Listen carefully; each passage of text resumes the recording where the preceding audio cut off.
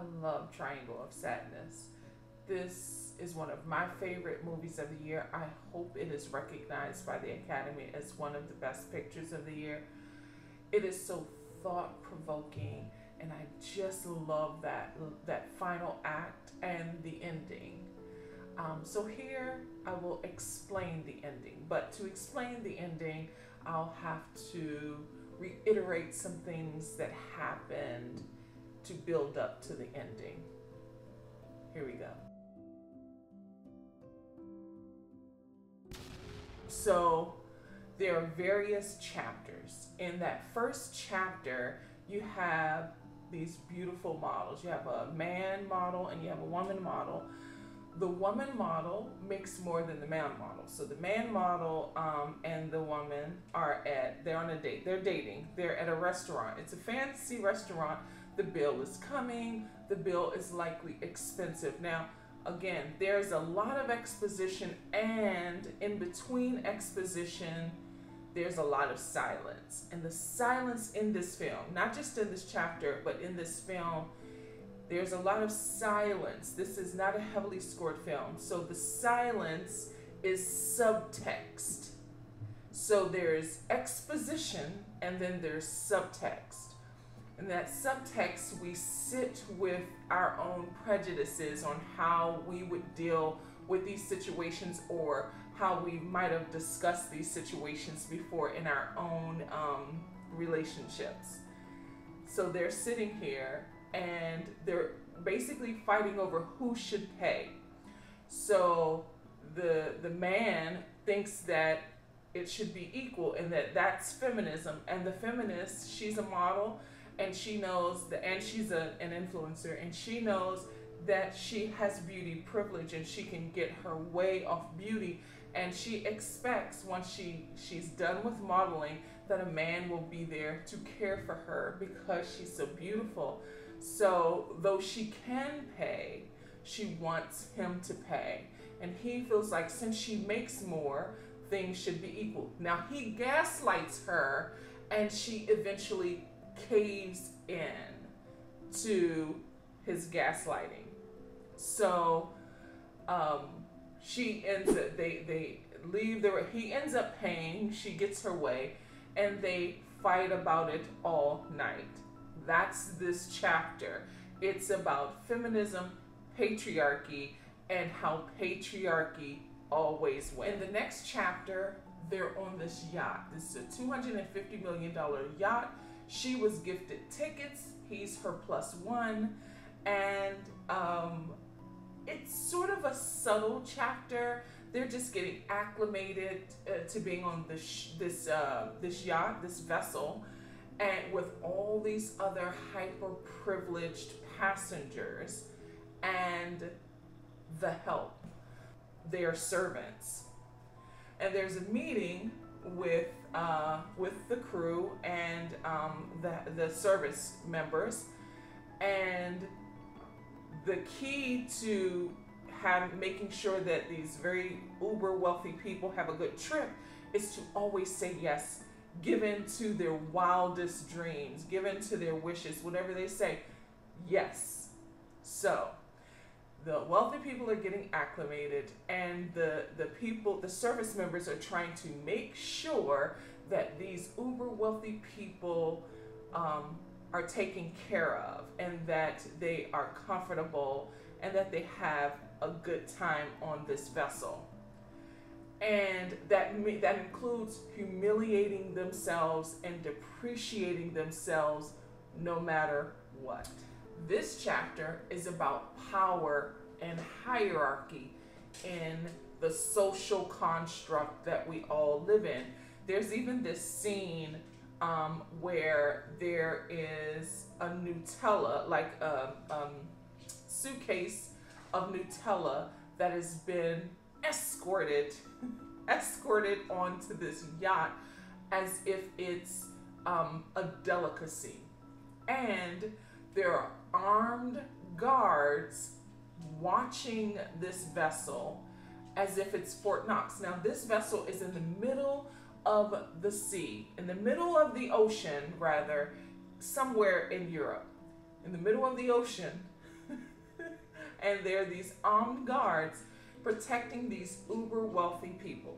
Okay, that's that chapter. The next chapter is about political structure.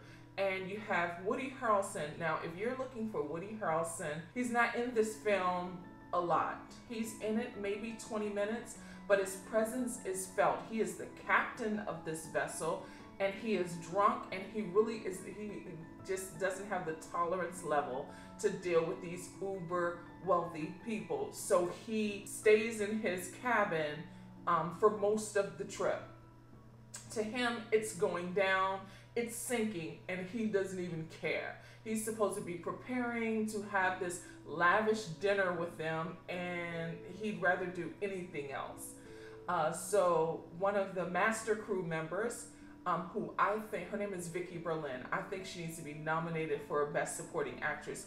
She is so fantastic in this film. Even when she's not in the scene and she's in the background, she's still in character. She's so good in this. But she's begging Woody Harrelson's character to come out. He doesn't want to. He doesn't want to deal with these passengers. So Woody Harrelson's character fancies himself. He's the captain of this $250 million vessel, but he fancies himself as a socialist, a millionaire socialist. It's such a contradiction. And this Russian oligarch is not only autocratic, but he's also a capitalist, and he's made his millions off of selling crap or manure, and how people who need socialist services help make these millionaires or these 1%ers their riches. So anyway, they go back and forth. They barb. It's really, really great scene. At this point, they're both drunk. Woody Harrelson's character is drunker, but they're like barbing with each other and throwing out these quotes from political leaders and the Russian oligarch. So, or rather, Woody Harrelson kind of caves to the Russian oligarch's position. So right before that scene, they have the dinner which is supposed to be like the captain's dinner, which you might have heard about because it's the scene where all of these passengers are like crapping and vomiting, like hurling so much. So to set that up, they this is like a really fancy dinner where you dress in your best, and it's like this really like a Michelin style 5-course meal of this fancy designer food, really. And the message there, the narrative is that whether you're paying $1,000 a plate or the dollar menu, you're gonna crap it out. It doesn't really matter at the end of the day. I know this probably sounds so strange, but it's just told in a very creative way. It's so funny. And then you have this couple who are imperialists and also capitalists. They've made their millions. These are boomers, by the way, and they've made their millions selling landmines, which there's a very funny build up to that humor that they have about the landmines. And they've been selling bombs and, to different countries for their wars, and hand grenades and so forth. That's how they made their millions. So the entire entire ship, even the armed guards, are just sick. And there's one woman who is who's played by Dolly DeLeon, who I also think needs to get a supporting actress nomination. It's her responsibility on this vessel to clean up the crap. She's the manager of the toilets. Yes, she cleans up all of the toilets on the ship. I mean, when I tell you this ship is like going down, it's sinking, and everyone's sick, and then the plumbing just explodes. I mean, it's an entire mess. And then pirates come to take over the ship, and they throw a grenade on the ship that blows it up, and it happens to be one of the grenades that the old couple has been selling, how they made their riches. They die at the hands of their own bomb.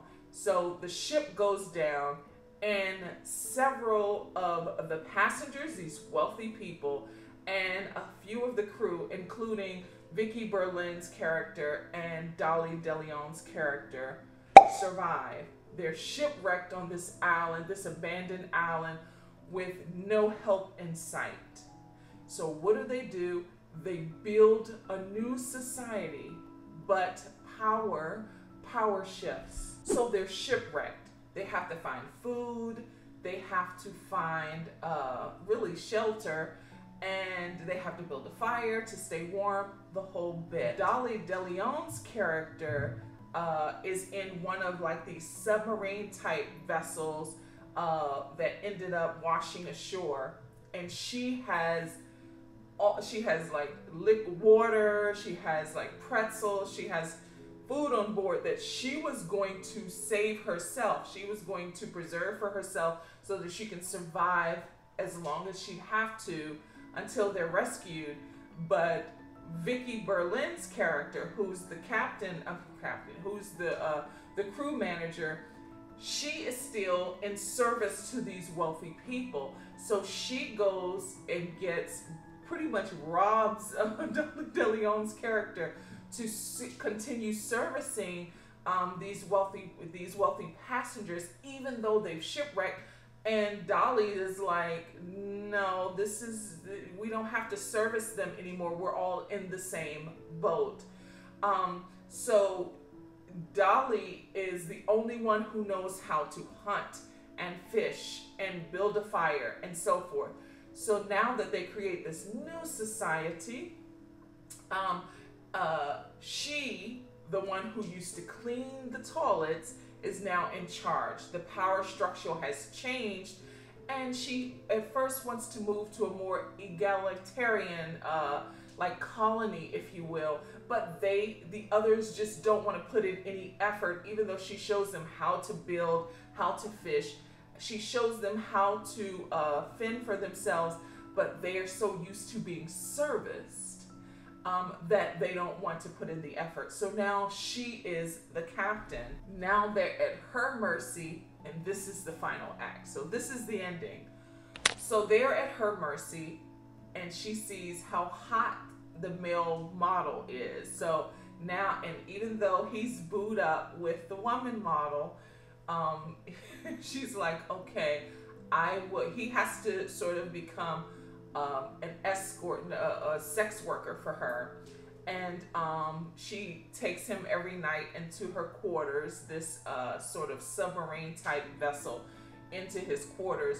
And for what he does for her in there, she pays him in like pretzels, which he gives to his girlfriend.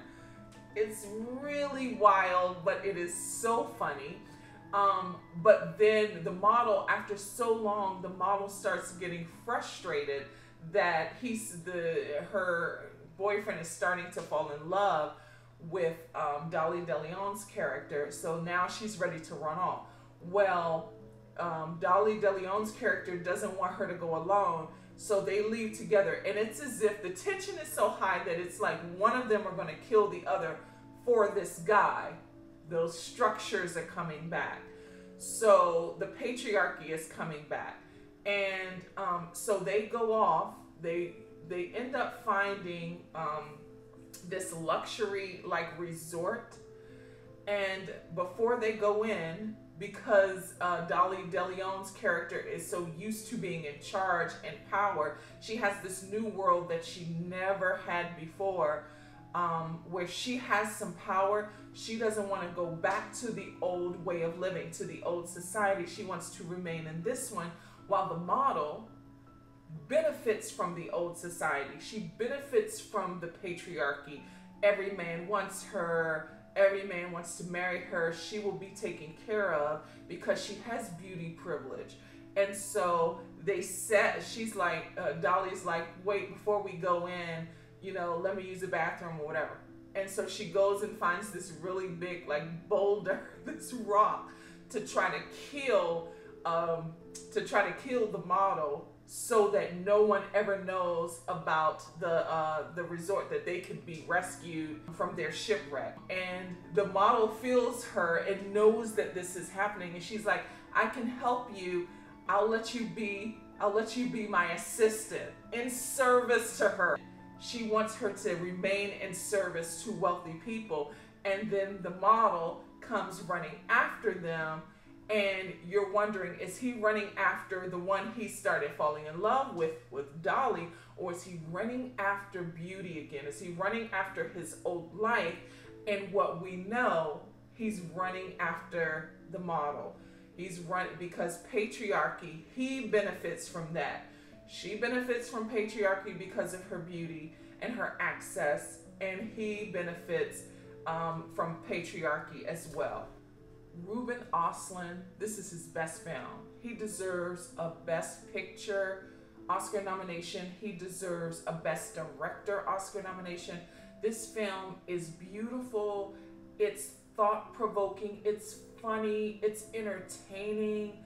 And it really, really, really makes you think. It's sort of a mirror to all of these social constructs we're anchored in. It really flips all of the isms on their head. It is such a great film. One of the best. One of the absolute best of the year. Definitely one of Ruben Östlund's best films. I love this film. It's so entertaining. It's in limited release. If it is playing in your town, definitely see it. And as far as acting, for the acting categories, I think Vicki Berlin and Dolly DeLeon deserve Best Supporting Actress nominations at the Oscars this year because, wow. And then there's this part with, so the Russian oligarch, he tries to convince Dolly DeLeon that he'll give her a lot of money when they're rescued because he has so much money, and he's like negotiating with her, like trying to get a business deal going with her for food, and she's like, no. I think so. We're never getting off this island because she wants this. She likes this new society where she's in charge and she's not at service to anyone. And his wife washes ashore dead. And as he's mourning her death, he's like removing the diamonds he bought for her. Man, I mean, come on. Best of the year. You have to see this film.